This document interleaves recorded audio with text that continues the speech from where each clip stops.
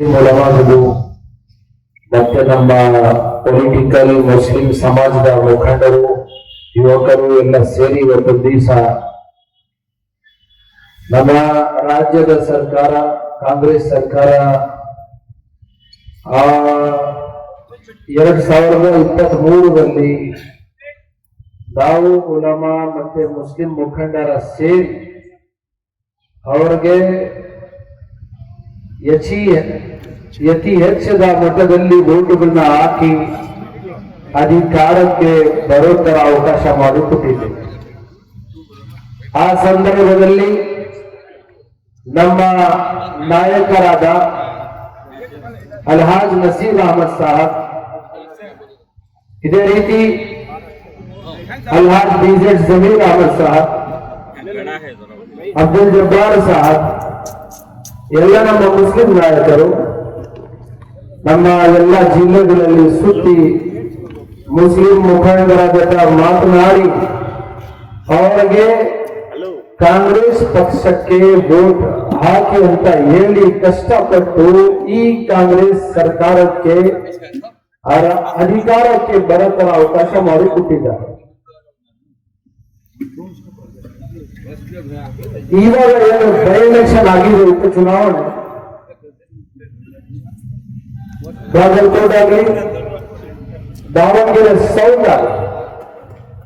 ಎರಡು ಭಾಗಗಳಲ್ಲಿ ಏನು ಉಪಚುನಾವಣೆ ನಡೆದಿದೆ, ಅದರಲ್ಲಿ ಕೂಡ ಕಾಂಗ್ರೆಸ್ಗೆ ಬೆನಿಫಿಟ್ ಆಗಿದ್ದ ನಮ್ಮ ಉಲಮಾ ಮತ್ತೆ ಕಾಂಗ್ರೆಸ್ ಮುಸ್ಲಿಂ ನಾಯಕರು ಪಾರ್ಟಿಗೆ ಪಕ್ಷಕ್ಕೆ ಒಳ್ಳೇದಾಗ್ಲಿ ಅಂತ ಬೆನಿಫಿಟ್ ಆಗ್ಲಿ ಅಂತ ದಾವಣಗೆರೆ ಸೌತ್ಗೆ ಮುಸ್ಲಿಂ ಕ್ಯಾಂಡಿಡೇಟ್ ನ ಹಾಕಿ ಅಂತ ಹೇಳಿದ್ದಾರೆ, ಕೇಳಿದ್ದಾರೆ.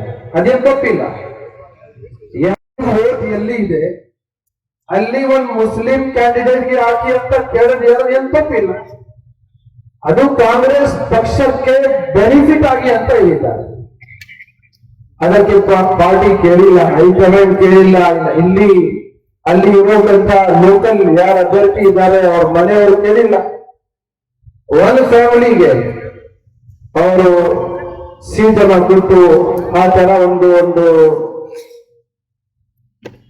ಫೈಸಲೆ ಮಾಡಿ ಒಂದೇ ಫ್ಯಾಮಿಲಿಗೆ ಕಾಂಗ್ರೆಸ್ ಅಲ್ಲಿ ಬೆಳೆಯೋದಂತ ಅವಕಾಶ ಮಾಡಿ ಕೊಟ್ಟು ಬರ್ತಾ ಇದ್ದಾರೆ.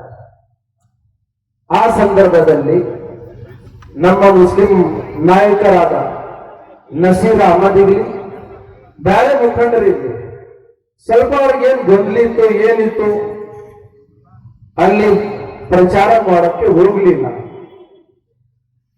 ಈ ಸಣ್ಣ ಒಂದು ಸಣ್ಣ ಮಿಸ್ಟೇಕ್ ಇಂದ ಹಿಡಿದು ಅವ್ರಿಗೆ ಪೊಲಿಟಿಕಲ್ ಸೆಕ್ರೆಟರಿಯಿಂದ ವಜಾ ಮಾಡುತ್ತರ ಒಂದು ಆದೇಶವನ್ನು ಕೊಟ್ಟು ಕಾಂಗ್ರೆಸ್ ಪಕ್ಷ ತಪ್ಪು ಮಾಡಿದೆ.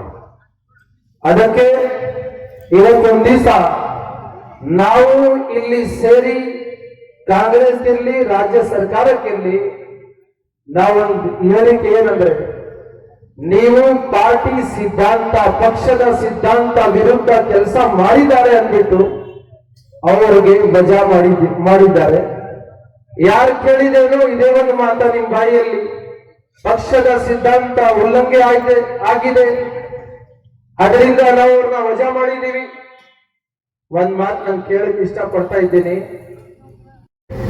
ನಮ್ಮ ಸಮಾಜದವರು ವೋಟೇ ಹಾಕಿಲ್ಲ ಅಂದ್ರೆ, ನೀವು ಅಧಿಕಾರಕ್ಕೆ ಬರದಿಲ್ಲ ಇದ್ರೆ ಪಾರ್ಟಿ ಏನು ಸಿದ್ಧಾಂತ ಏನು ನೀವು ತಿಳ್ಕೋಬೇಕಾಗಿದೆ. ಅದಕ್ಕೆ ಈ ವೋಟ್ ಕೊಟ್ಟಿರಂತ ಮುಸ್ಲಿಂ ಸಮಾಜ ಒಗ್ಗಟ್ಟಾಗಿ ಎಲ್ಲ ಮುಸ್ಲಿಂ ಸಮಾಜ 90% ಎಬೋ ನಿಮ್ಗೆ ವೋಟ್ ಹಾಕಿದ್ದಾರೆ.